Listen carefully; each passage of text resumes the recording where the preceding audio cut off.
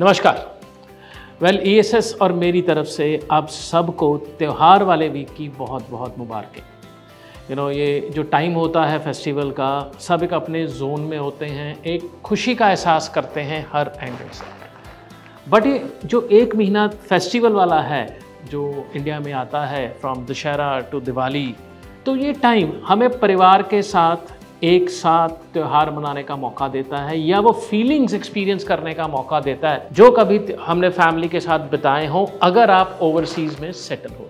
वहीं से एक चीज़, एक थॉट निकल के आया जिसके लिए मैं आज आपके साथ ये बातें कर रहा हूँ। कभी कभी मुझे लगता है हम एज नॉर्थ इंडियंस चाहते हैं हमारा बच्चा या मैं सक्सेसफुल हूँ, बट कभी कभी ऐसा भी लगता है मेरे एक थॉट से मैं उसको सही गाइडेंस नहीं दिखा पा रहा हूँ, क्योंकि ना तो मेरे पास आगे आने वाले समय का उस कंट्री के एक्सपर्टीज़ है, या करंट सिचुएशंस को मद्देनज़र देखते हुए हम एक धारणा बना लेते हैं विदाउट अंडरस्टैंडिंग एनी लॉजिक और एनी कॉमन ग्राउंड जो आपकी और हम जैसों की प्रोफाइल्स को एक्सेप्ट होता है।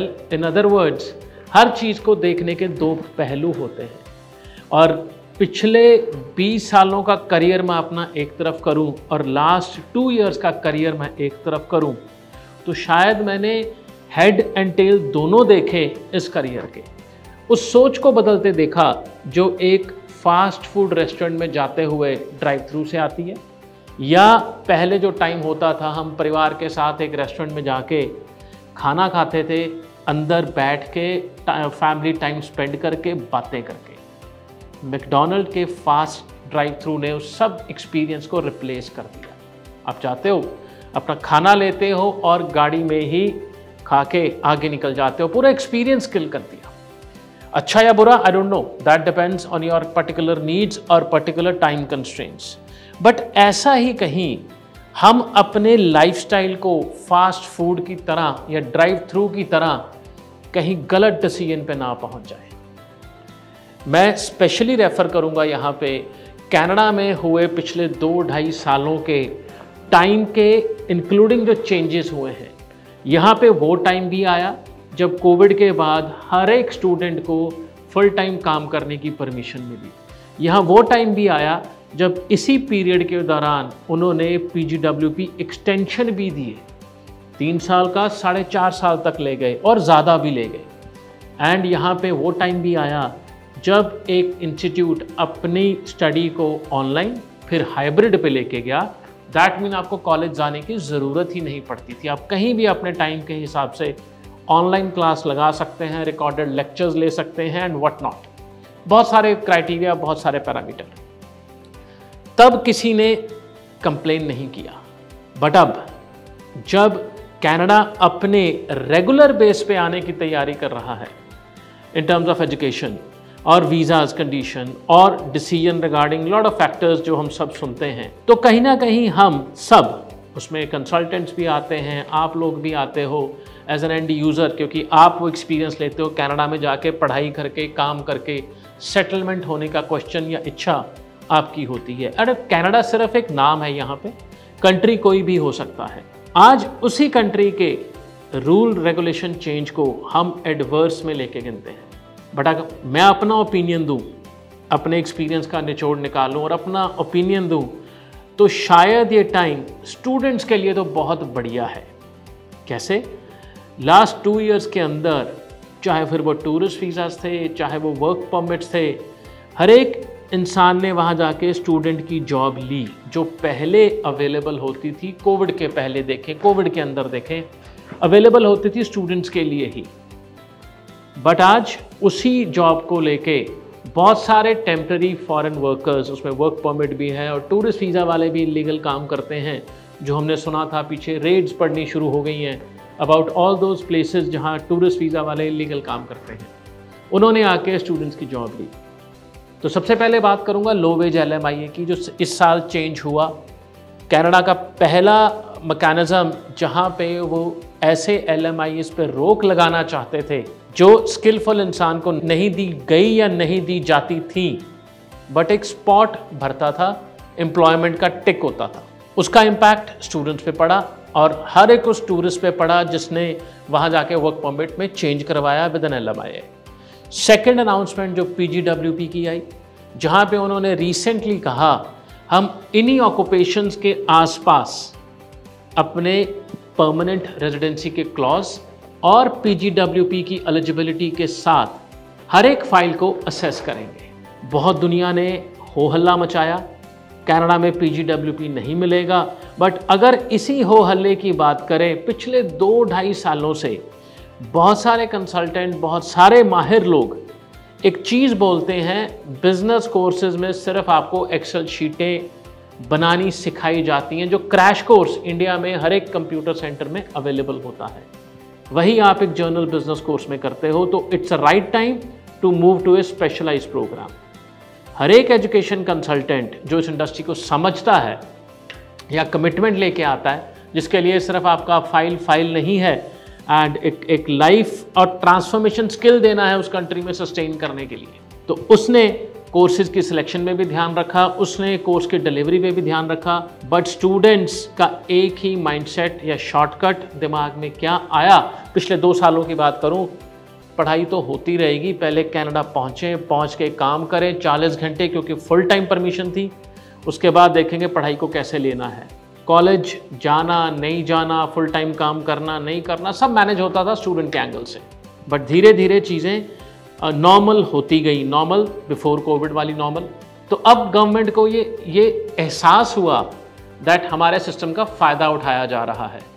We need to stop this immediately, क्योंकि अनस्किल्ड लोग बहुत ज़्यादा तादाद में इकट्ठे हो चुके हैं जो वहाँ की कंट्रीब्यूशन नहीं करेंगे। एंड मेरी दुनिया में अनस्किल्ड का सबसे बड़ा एग्जांपल है रिफ्यूजी। मेरी दुनिया में रिफ्यूजी जो वहाँ आते हैं किसी लाइफ की सिचुएशन से, बट वहाँ पे वो आके language barrier, job barrier, skill barrier सब होता है।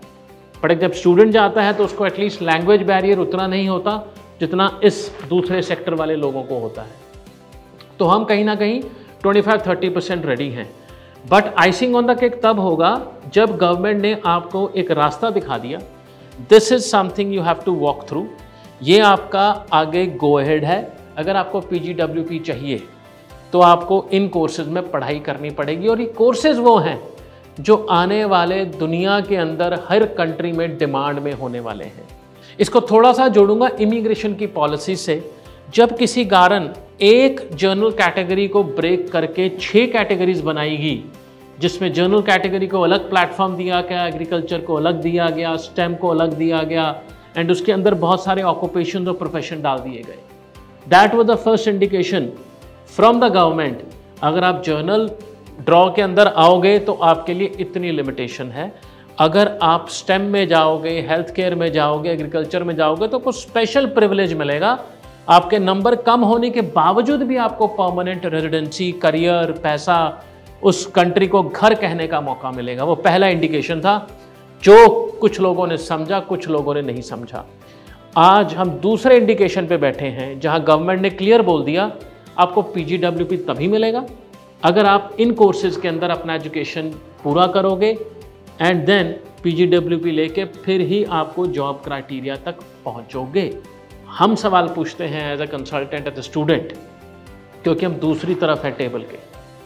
मेरा क्या होगा क्योंकि मैंने बिजनेस कोर्स किया है। रिकॉल द पहला दिन अपना, जब आप किसी कुछ सलाह लेने गए थे, किसी को फ़ोन किया था मैं कौन से कोर्स के लिए एडमिशन लूँ, तब आप एक सवाल पूछते थे, मेरा वीज़ा लगेगा। कोर्स का सवाल अब स्टूडेंट पूछना शुरू हुए हैं, मेरी प्रोफाइल को सूटेबल कोर्स कौन सा मिलेगा, क्योंकि अब शायद वो एक सड़क के ऊपर बोर्ड्स लग गए हैं, if you want to do this do this, if you want to reach here do this, इस रास्ते को ले अगर आप यहाँ पे जाना चाहते हो। तो अलग अलग पैरामीटर से कवर होना शुरू हो गया है हर एंगल से। बट आयरनी आज स्टूडेंट की क्या है, पिछले 2 सालों का एग्जाम्पल लेके वो अपने ज़िंदगी के डिसीजन ले रहा है। पिछले 2 साल इंडिया के अलग पैरामीटर के थे, ऑस्ट्रेलिया के अलग पैरामीटर के थे, कनाडा के अलग पैरामीटर के थे, यूएस के अलग पैरामीटर के थे, क्योंकि यूएस में तो अपॉइंटमेंट ही नहीं मिलता था, लोगों ने अपॉइंटमेंट लेने के लिए पैसे खर्चे हैं।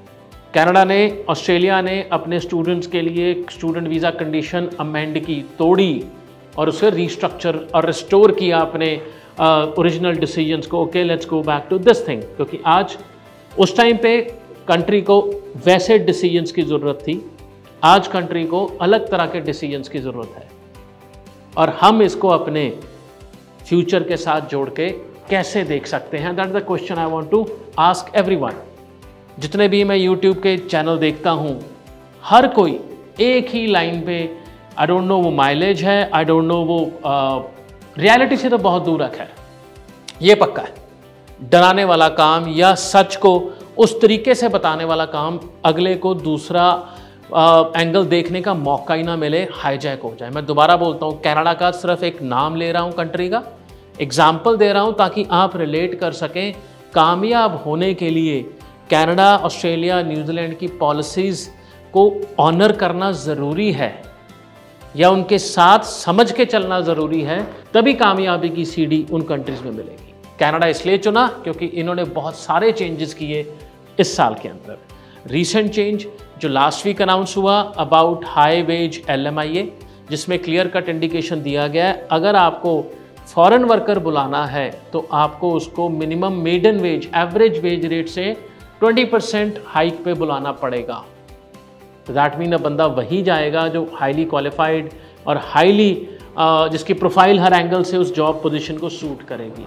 तो क्या ये अपॉर्चुनिटी स्टूडेंट्स के लिए नहीं बनती, जहाँ पे दोबारा गैप आएगा जॉब मार्केट के अंदर? एक रिपोर्ट्स ये भी आती हैं दैट अब डिक्लाइनिंग नंबर ऑफ इमिग्रेशन, जैसे लास्ट वीक एक और अनाउंसमेंट हुआ, कैनेडियन गवर्नमेंट ने अपना इमिग्रेशन का टारगेट 1 लाख से कम कर दिया। 4.5 लाख समथिंग था, जिसको कम करके 3 and something कर दिया गया। बट हमें एक ह्यूमन फितरत है ना, हमें जो माइनस हो जाता है उसकी चिंता हो जाती है, बाकी हम देखते ही नहीं हैं। मुझे एज अ स्टूडेंट, मुझे एज एन एप्लीकेंट 3.5 या 3,85,000